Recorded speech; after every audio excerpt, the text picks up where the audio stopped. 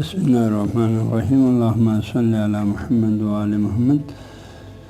السلام علیکم ورحمۃ اللہ وبرکاتہ۔ دعائے صبحیہ کا درس نمبر 21واں ہے۔ تو آج کے درس میں جو ہے اس مبارک پیراگراف کے توضیحات ہیں۔ دعائے صبحیہ کا پیراگراف نمبر 2 ہے، دوسرا اللہم، اس میں ہے اللہم انی اسألک ایمان یباشر قلبی، یہاں تک کا توضیح ہو گیا تھا۔ آگے واسألک یقینا صادقا لیس بعدہ کفر ولا شرک ولا شک، اس پیراگراف کا توضیح میں یقین کے بارے میں، جو چونکہ اس میں اللہ سے یقین صادق منگا تھا، تو یقین کس کہتے ہیں، حوالے سے لغت کے حوالے سے بھی آپ کو توضیح کیا ایک درس، اور ایک درس جو ہے اہل عرفان اور معرفت تصوف والوں کے نزدیک یقین کس کہتے ہیں، اس کی بھی آپ کو توضیح نہیں دیا۔ ابھی آگے صادقاً لیس بعد کفر ولا شرک ولا شک، ان کلمات کی جو ہے آپ کو تھوڑا توضیح دے دوں گا انشاءاللہ۔ تو آج کے درس جو ہے یقیناً صادقاً لیس بعد کفر ولا شرک ولا شک، اس کی یعنی دوسری دعا ہے، دوسری پیراگراف کا دعا نمبر 2 ہے، ہاں جی، اس میں تو اسی پیراگراف کی توضیح ہے یقیناً صادقاً لیس بعد کفر ولا شرک ولا شک۔ تو یقین کی توضیح آپ کو ہو گئی۔ اب یقیناً صادقاً، یقین کی صفت اس دعا کے اندر صادق لایا ہے، کیونکہ کبھی ایسا ہوتی ہے یقین کاذب بھی ہوتے ہیں۔ ایک وجہ سے کفار ہیں ابھی ہمارے سامنے ہیں، ایک بندہ بت پرست ہے، اس کو اپنی بت پرستی کے حق ہونے پر اس کا یقین ہے، لیکن وہ یقین کاذب ہے، وہ یقین صادق نہیں، کیونکہ وہ بت واقعی میں جو ہے وہ خدا نہیں ہے، اس کو خدا سمجھ کے اس کو عبادت کرتے ہیں۔ اس کو جو ہے اصطلاح بولتے ہیں، علمی اصطلاح میں جہل مرکب بولتے ہیں، یعنی یہ جو ہے خدا نہیں ہے، وہ اس کو خدا سمجھتے ہیں، اور اس کو اس چیز کا پتہ بھی نہیں ہے کہ میں اس چیز کو نہیں جان رہا ہوں کہ یہ خدا نہیں ہے، بلکہ جو چیز سرے سے خدا نہیں اس کو خدا سمجھ کر اس کی پرستش کرتے ہیں۔ اس کو اصطلاح میں جہل مرکب کہا جاتا ہے۔ تو یقین صادق کے مقابلے میں جہل مرکب آتا ہے، جو کہ انتہائی خطرناک ہے، اس سے نکلنا ناممکن حد تک ہے انسان کے جہل مرکب سے۔ اس لیے ایک کافر، ہاں جی، ایک مشرک زندگی کو دین میں لانا آسان کام نہیں ہوتے، کیونکہ اس کو اپنے دین پر یقین ہوتے ہیں، حالانکہ وہ یقین کاذب ہے۔ تو سال بھر یقین صادق کے مقابلے یقین کاذب آ جائے گا، اور وہ جو ہے اس کو جہل مرکب کہا جاتا ہے۔ ایک چیز کو نہیں جانتا ہے اور نہیں جانتا کہ میں نہیں جانتا ہوں، اس کو اپنی جہالت کا علم نہیں ہے۔ تو اس لیے اللہ تعالیٰ سے ہم دعا کرتے ہیں یقیناً صادقاً، اے اللہ مجھے جو ہے مثلا اللہ کی وحدانیت کے بارے میں مجھے یقین ہے اللہ ایک ہے، اور یہ عقیدہ برحق ہے، سچ ہے، قیامت برپا ہونے پر مجھے یقین ہے، اور یہ یقین سچ ہے، حق ہے، چونکہ اللہ کی کتاب اس کی تائید فرماتا ہے، ہاں جی، لہذا جو ہے یقیناً صادقاً۔ تو آج صادق کے معنی جو ہے یقین کا توضیح آپ کو 2 درسوں میں ہو گیا۔ صادق کا معنی سچا، مخلص، دیانتدار، حقیقی، یہ معنی کیا ہے اللہ قاموس الجدید نامی لغت میں۔ اس کے علاوہ جب بولتے ہیں عرب صادق الایمان، یعنی پختہ ایمان رکھنے والا، سچا مومن۔ تو صدق یصدق صدقاً عرب بولتے ہیں سچ کہنا، سچ بولنا، ہاں جی۔ تو اس سے معلوم ہوا یقیناً صادقاً یعنی سچا یقین، پختہ یقین، پختہ، ہاں جی، پختہ اور حقیقت پر مبنی یقین، اس معنی میں آ جائے گا۔ تو لیسا بعد کل لفظ لیسا کو علم نحو کی اصطلاح میں فعل ناقص بولتے ہیں، ہاں، اس کے معنی لیسا کے معنی ہے نہ ہو، ہاں، جو نہ رہے، یعنی اللہ میں تجھ سے ایسے سچے یقین کا طلبگار ہوں، ایسے سچے یقین کا میں تجھ سے سوال کرتا ہوں کہ لیسا نہ ہو بعدہ، اس کے بعد، بعدہ یعنی اس کے بعد، بعد اردو میں بھی بات بولتے ہیں، عربی میں بات بولتے ہیں، خود ضمیر پلٹے گا اس یقین صادق کی طرف، کہ اس یقین صادق کے بعد نہ ہو، اس سے مراد یہ ہے اس کے بعد ہو، یعنی اس کے بعد، یعنی اس یقین صادق کے بعد اب میرے دل میں کسی قسم کی کفر، شرک اور شک کے لیے کوئی گنجائش باقی نہ رہے۔ سچا ایمان کی نظر گرامی، ایمان جب تک پاک نہ ہو، ایمان جب تک سچا نہ ہو، ایمان کے ایمانیت میں آپ کو یقین صادق نہ ہو، وہ ایمان نجات دہندہ نہیں ہوتی انسان کے لیے۔ تو اللہ سے یقین صادق کا طلب کریں، سچا یقین،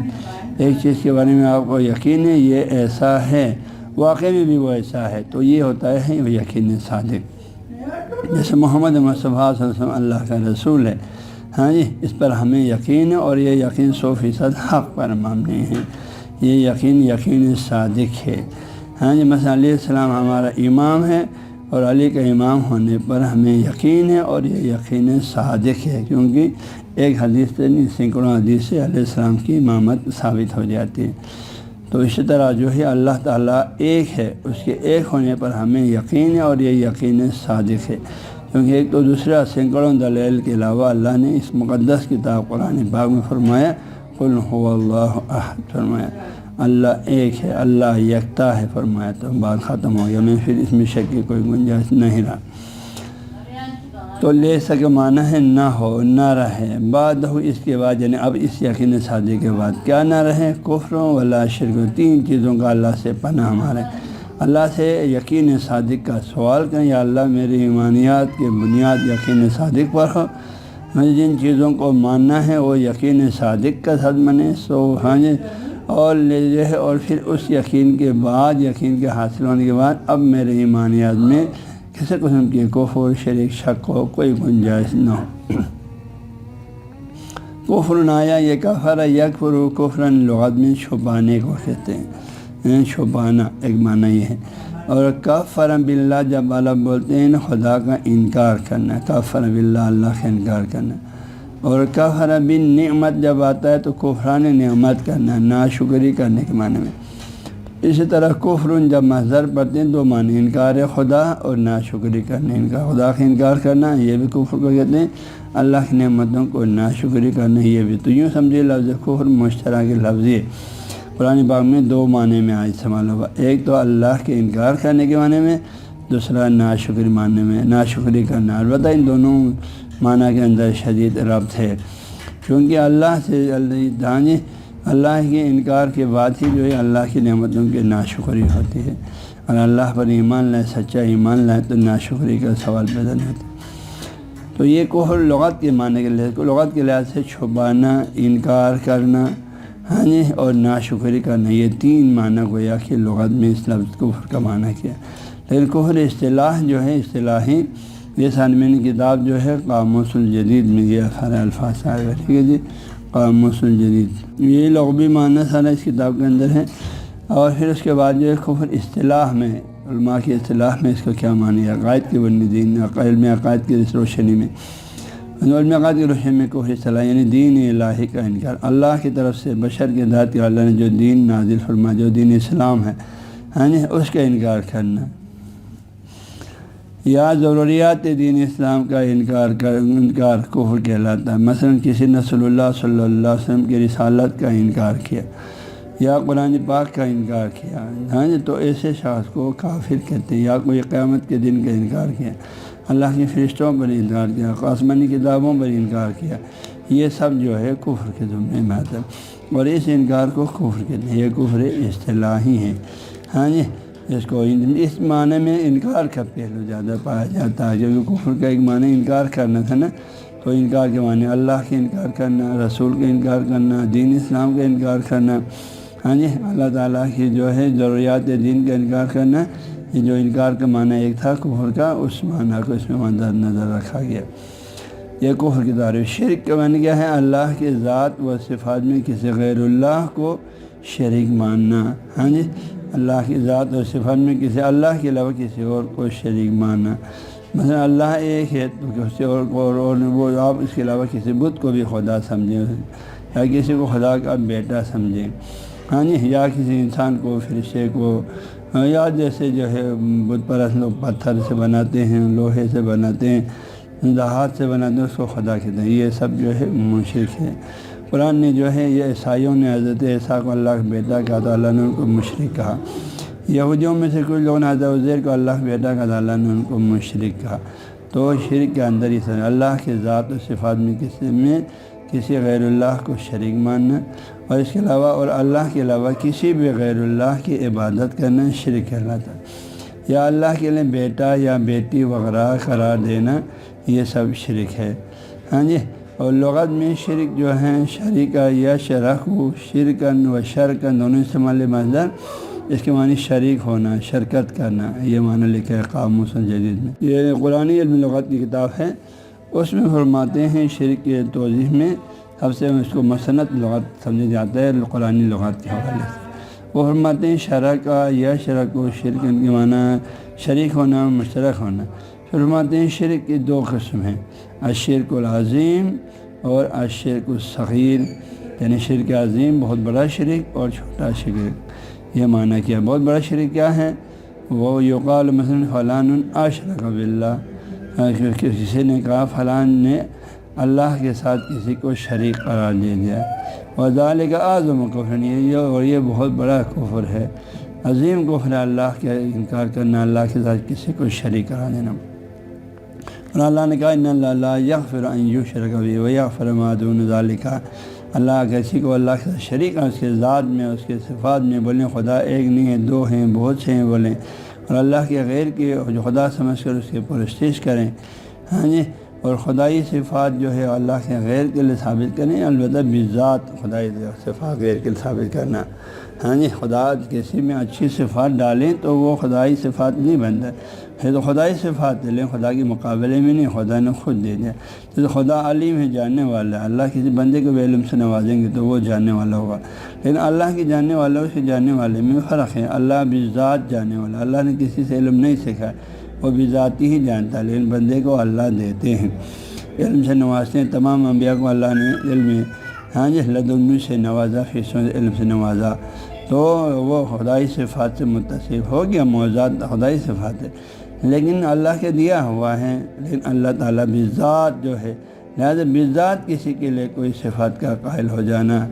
مثلا جو پھر وہ جو ہے شرک میں چلا جاتا ہے۔ تو اللہ کے عطا سے بہت کچھ اللہ بندوں کو دے دیتے ہیں،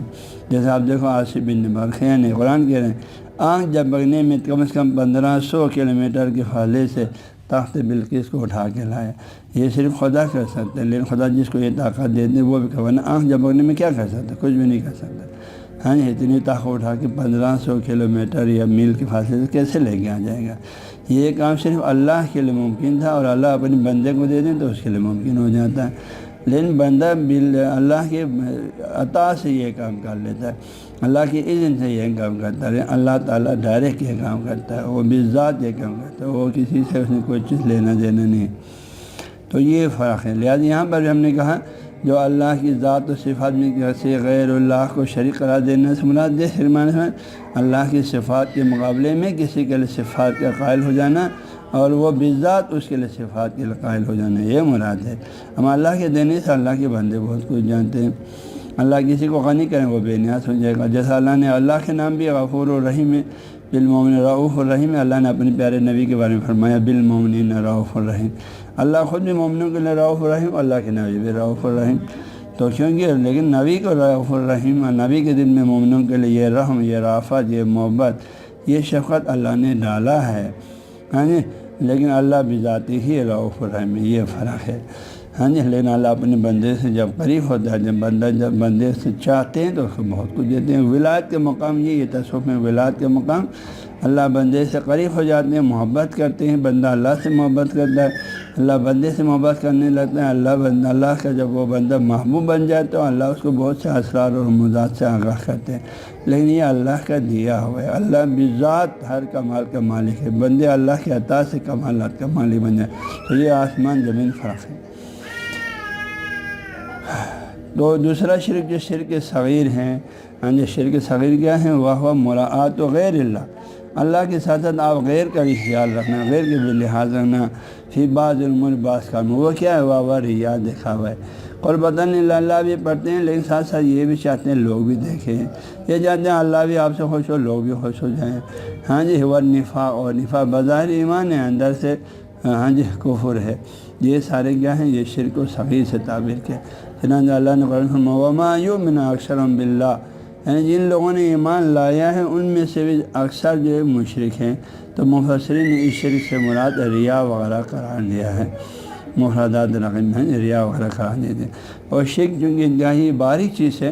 شرک خفی جو ہے اس کو شرک خفی بھی کہتے ہیں، صغیر کو اللہ کی پیاری نبی فرماتا ہے، اور منہاج اسی وجہ شرک چونکہ انتہائی مخفی چیز ہے، ہاں جی، اور سو لحاظ فرمانے والا الشرک فی ہذہ الامہ، آپ نے فرمایا شرک میری اس امت کے اندر اخفا، اتنی چھپی ہوئی ایک بیماری ہیں کہ من دویب النمل علی الصفا، یعنی بالکل ایک کالا سفید کالا جو ہے صاف ستھرا پتھر کے اوپر ہاں جی ایک کالا چونٹی بیٹھا ہوا ہے، اور شب تاریک میں اور سمندر کے نیچے شب تاریک میں اگر